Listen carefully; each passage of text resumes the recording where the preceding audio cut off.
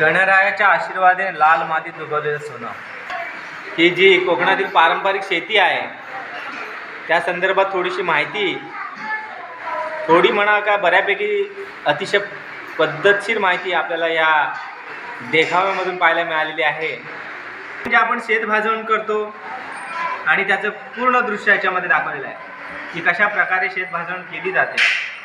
शेत भाजवण केल्यानंतर आपण पुढील प्रोसेस जी आहे ती आपण भात पेरणीला टाकतो आणि भात पेरणी कशा प्रकारे होते ते ह्या देखावामधून आपल्याला पाहायला मिळतं.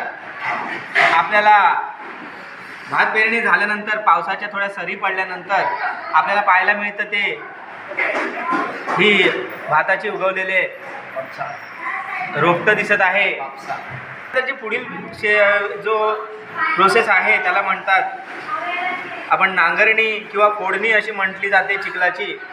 आणि ती झाल्यानंतर आपण लावतो जे आपण हे मूठ वगैरे इथे दाखवलेले आहेत जे आपण ती शेती करण्यासाठी नांगरजोडी वगैरे दाखवलेली आहे.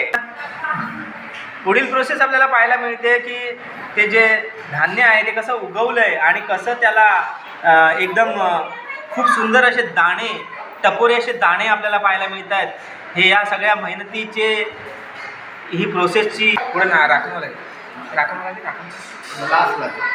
तर आपल्याला राखणवाला दिसतो इथे जो आपल्या ह्या सगळ्या शेताची राखण करत आहे, धान्य जे आलेलं आहे त्यासाठी. आणि त्याच्यानंतर एक कापणी झालेली आहे त्याच्यानंतर.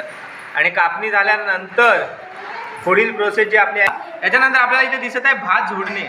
तर भात झोडलेल्या प्रोसेसमध्ये पहा हा गोणी दिसते आहे, भात झोडलेला दिसतो आहे, आपल्या गोणीमध्ये भात भरलेला दिसतो आहे. आणि हा भात मिळण्यासाठी किती प्रोसेसमधून आपल्याला जावं लागतं, किती प्रकारची प्रोसेस आपल्याला बघावी लागते. त्याच्यानंतर आपल्याला पाहायला मिळते भात शेती झाल्यानंतर जो पेंडा उरतो तो सुद्धा फुकट जात नाही आहे, त्याची अडवी बनवली जाते. आणि ह्या पेंड्यातून आपला जो बैल जोडी आहे आपली त्या बैल जोडीला खाऊ मिळतो, धान्य त्या उरलेल्या धान्याच्या पेंड्यातून चारा मिळतो आणि ते वर्षभर आपल्यासाठी सेवा करायला तयार राहतात.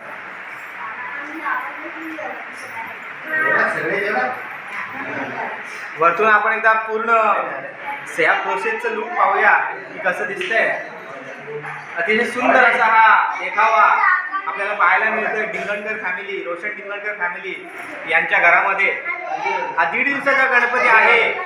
पण गणपतीच्या स्वागतासाठी केवढी मोठी तयारी या घरातल्यांनी केलेली आहे हे आपल्याला पाहायला मिळतंय. धन्यवाद.